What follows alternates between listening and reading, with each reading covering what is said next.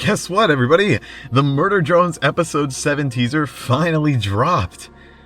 After the announcement that Episode 8 was going to be delayed, my spirits were already low, but seeing that GIF be posted yesterday was an amazing feeling. MD news tomorrow. And tomorrow has come. And so, here are my thoughts and analysis of the Episode 7 teaser. Final Destination. Also, because I'm getting this out in the same day, this won't be a typical video. It will be more unscripted, but I will have bullet points, so don't you worry about that. First, let's discuss that aforementioned GIF and the thumbnail. The thumbnail possibly gives us another POV of the teaser GIF from yesterday, 3/14/24. The GIF shows Uzi holding a lantern, possibly in a cathedral, with candles flickering in the distance. The thumbnail shows Uzi's terror at whatever she's looking at, with red, fleshy webbing, a key sign of solver overuse or haywiring, as seen before in episodes 4, when Uzi isolates herself in a cabin, and 6, when Uzi gets overpowered by the solver. She's also lacking her mother's choker. Maybe she has it in her clenched hand? The first shot picks up right where episode 6 left off, with the elevator gone, sentinel remnants splayed across the floor, and oil spilled everywhere. However, there's no sign of V. We also hear the elevator falling deeper underground, and then a loud... We then see what appears to be a mine shaft, possibly the entrance right outside the elevator, illuminated by the lanterns we saw Uzi holding in the promo GIF and thumbnail. We also hear the first lub-dub of a heartbeat sound effect that plays all throughout the teaser. Then we see an office desk with older hardware, similar to those seen in the cubicles of episode 6, in front of a foyer/fireplace, with a bloody X and the word HELP scribed on an indiscernible painting. The painting looks to depict yellow eyes above either a Y or, more likely, the solver symbol, with the Disassembly drone caution pattern right below. In the next shot, it seems that further along this hallway, there are doors, 6 that are seen, that appear to have the ID numbers of what I'll call the test drones.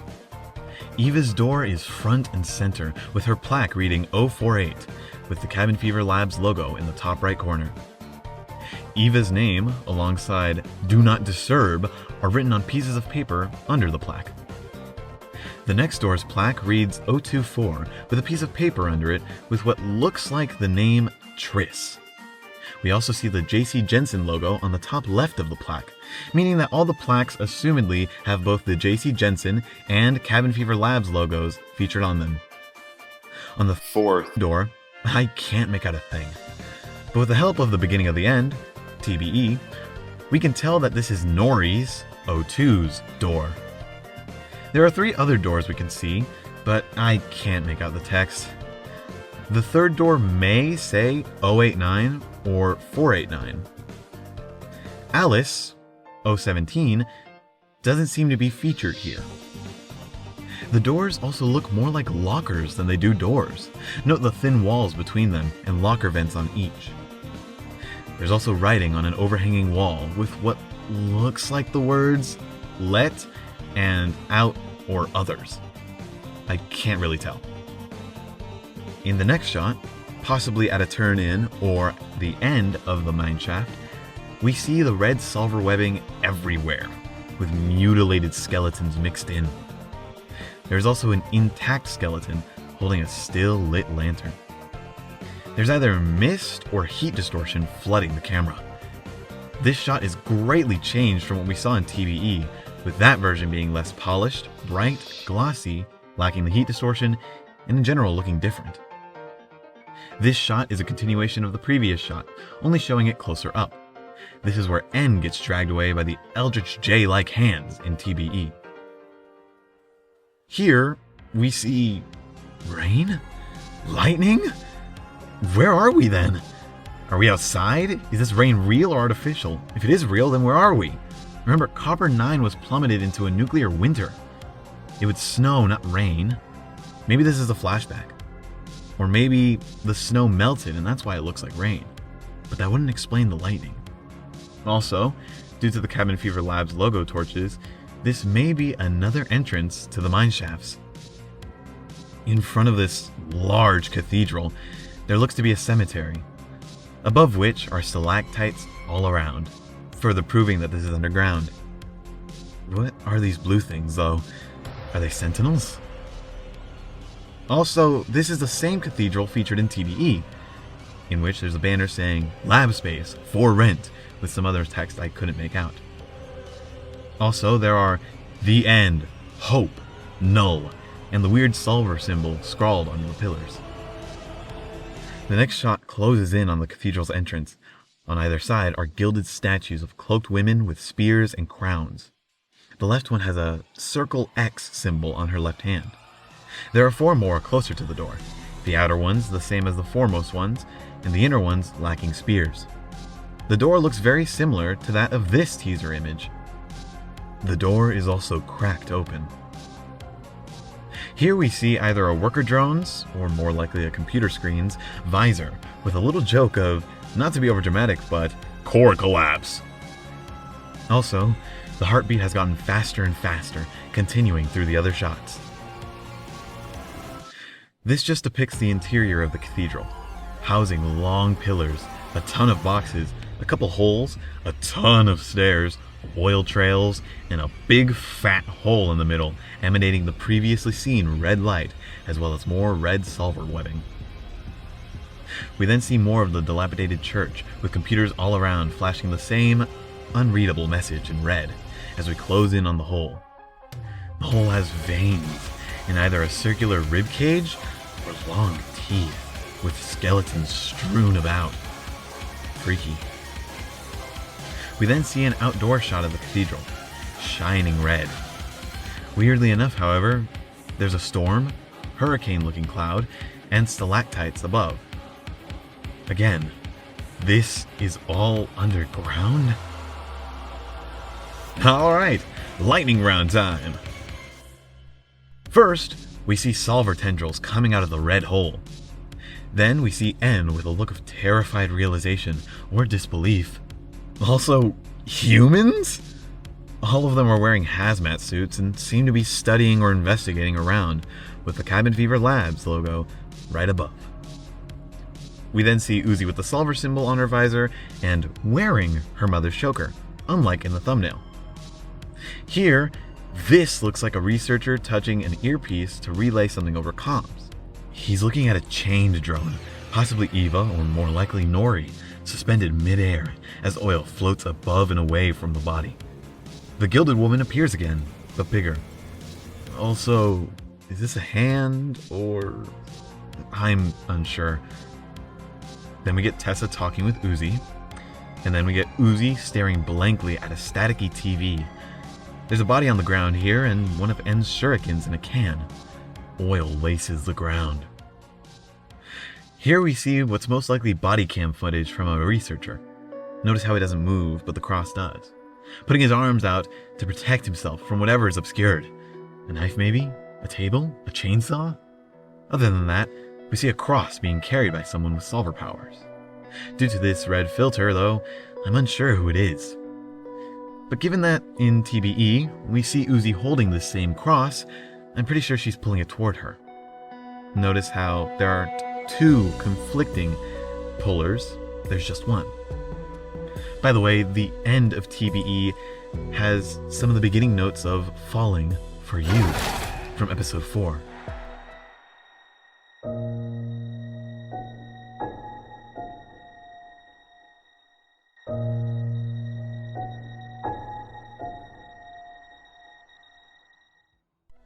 Right after Uzi hurts N2. We also get the heartbeat to go so fast, it stops sounding like a heartbeat entirely. Then we get Dog! Feast your eyes! They may be immortal, but this one won't be featured in this episode, sadly. Maybe that's for the better, though. Then we see N extending his hand out to Uzi while she tries to get up from stabbing the ground, similar to this shot in TBE. Next up, the dilapidated cathedral makes a reappearance with a horrible hole at the end of the path, with someone opening the door. Nori's name tag then flashes on the screen, floating, possibly connected to this previous shot. Then we see Uzi and En outside, also floating, and then En looks with murderous intent. Then we see a man venturing through the Cabin Fever Lab's caverns with a flashlight. And then we swap to a non-phased researcher with a suspended sentinel or solver claw reaching out at him. It's glitching like the murder drones do when exposed to sunlight. Then we see Uzi talking and covering up her bloodied, oiled, possibly shot eye. Then we see Doll brandishing a knife, or scissors, as fire bellows up behind her. Maybe this is 2 shots of Uzi and Doll talking to each other. And then we see the hole.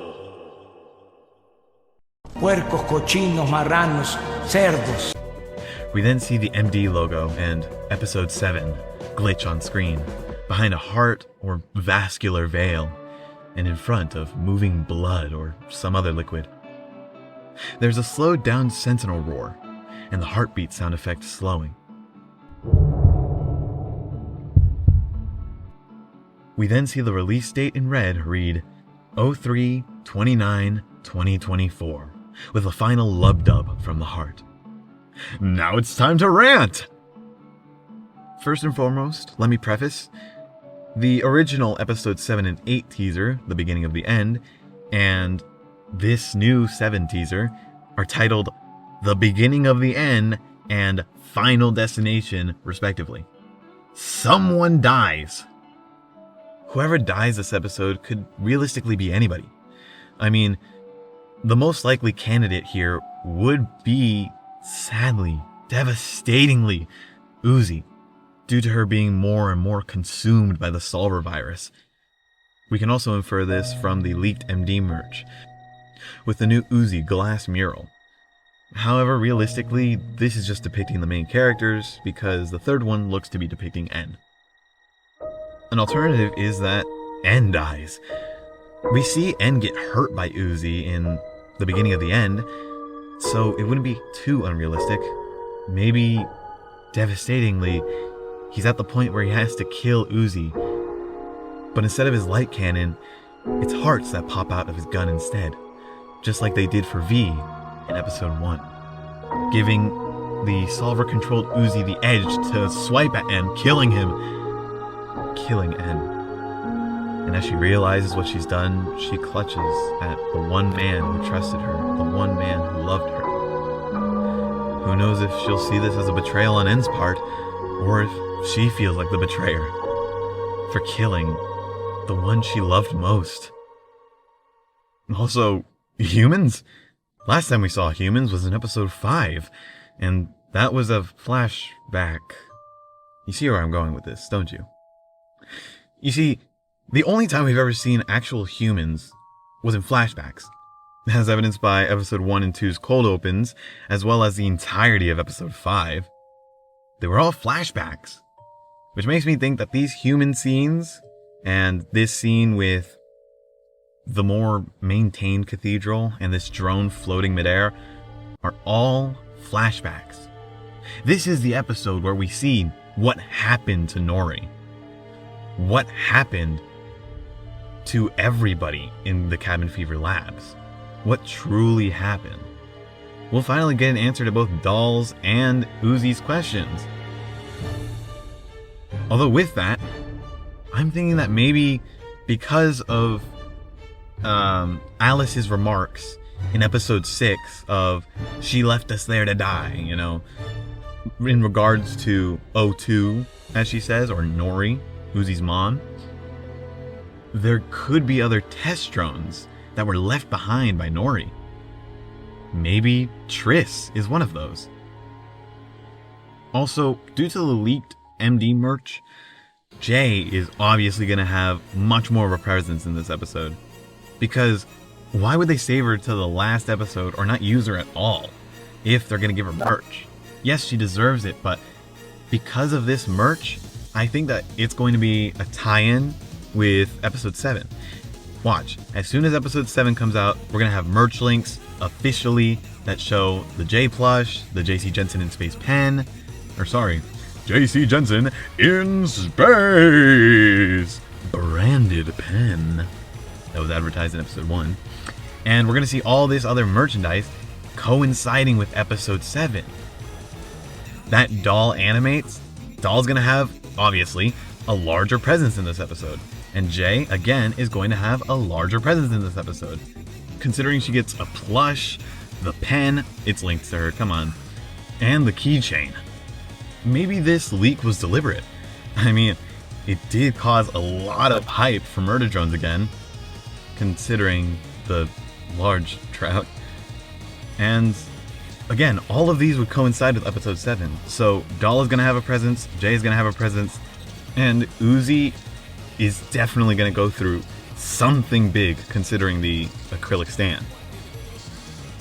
So overall, what I'm thinking is that we're going to get flashback sequences of whatever happened to Nori, Eva, Alice, and this other character whose name I'm assuming is Triss, and all the other test drones, and what happened to the humans as well, what they discovered, what they stumbled upon, what hath man's hubris brought upon this time. Also, Uzi is definitely going to have a lot more confliction with the Solver virus. And N will have confliction with his feelings. Maybe that Tessa and Uzi scene that we saw briefly is Tessa telling Uzi the truth. Maybe she sees this as a kind of betrayal from N, like, damn it, N, why didn't you tell me this before?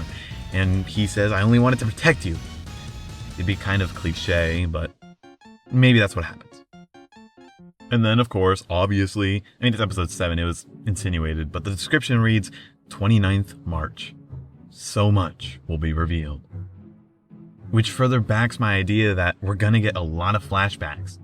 Honestly, it could go either way, but maybe the A plot is Uzi and the gang trying to find out what happened to Cabin Fever Labs and try and find whatever Uzi needs to figure out what to do about the Solver virus. And also so Tessa can get that list of all the Solver-infected drones. And then there's a B plot of what Nori did to Cabin Fever Labs, so that we can have that parallel of they're trying to figure out what happened while we see it. Maybe that's why Uzi's standing in front of that staticky TV. She saw the CCTV footage of her mom, and that devastates her. To know that her mom wasn't a cool lady, she was a genocidal maniac. Hopefully she realizes that it wasn't of her own volition, though. Although, who knows? Maybe the flashbacks and the current events will merge together, where, as we see in TBE, Tessa slamming Nori's door shut because we found her. She's there. Nori is there. Still. We also have to remember in TBE how Sin said this. Thanks for giving me the planet, friggin' idiot. Who was the friggin' idiot who gave her the planet? Was it Uzi and Tessa? I think it's N. Maybe he didn't have the guts to kill Uzi, which is a horrible position to be put in. And then ironically, because he doesn't want to kill a person he cares about, the same thing will happen just like it did all those years ago back in the Elliott Manor. He didn't want to kill somebody he loved, and it ultimately ended up destroying everything. First from sister, then to lover. Hopefully there is a season 2, because I've seen this show be touted as season 1. Because my favorite show only having 8 episodes would be heart-wrenching. But I don't know in what direction Liam could take it from here. If he kills Uzi, then the whole heart and soul would have to be on N. If Sin wins, then the whole next season will have to be about how they take back whatever Sin stole. It's kind of scary thinking, you know? I'm kind of glad that episode 8 has been delayed, because that gives us more time to speculate. It gives us more time to really ruminate in episode 7. It sucks, yes, but I'm glad that episode 8 is delayed. Because I don't want my favorite show to end. But hey, all good things must, Thank y'all for watching this really unconventional video. I mean, hopefully I'll get this all done within the same day that Final Destination was uploaded. Hell, who knows, maybe I'm turning into a Murder Drones YouTuber, which I want to break out of Murder Drones as a niche, but you know what, me personally, I'm not complaining because I love this show with all of my heart, and I have so much to talk about. Also, holy, talk about milking. I extended a 33-second teaser into 20 and a half minutes. Jeez. But again, thank you for watching. So do the YouTuber things, like, comment, subscribe. God bless, and I'll see you in the next one. Cheers to everything you do.